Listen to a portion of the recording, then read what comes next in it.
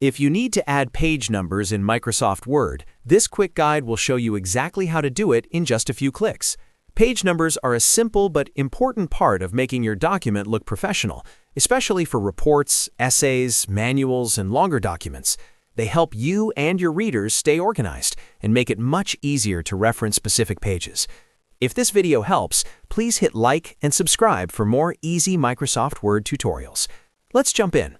First, open the document you want to work on in Microsoft Word. Once your file is open, look at the top of the screen and click the Insert tab. This is where Word keeps many of the tools for adding extra elements to your document, including headers, footers, tables, and page numbers. Now, in the Insert menu, find and click Page Number. When you click it, Word will show you a list of placement options. You can add page numbers at the top of the page, at the bottom of the page, or in the page margins. Choose the location that works best for your document. If you want a clean and standard look, the bottom of the page is one of the most common choices, but top of page can also work well depending on your layout. After you choose the position, Word will show you several style options.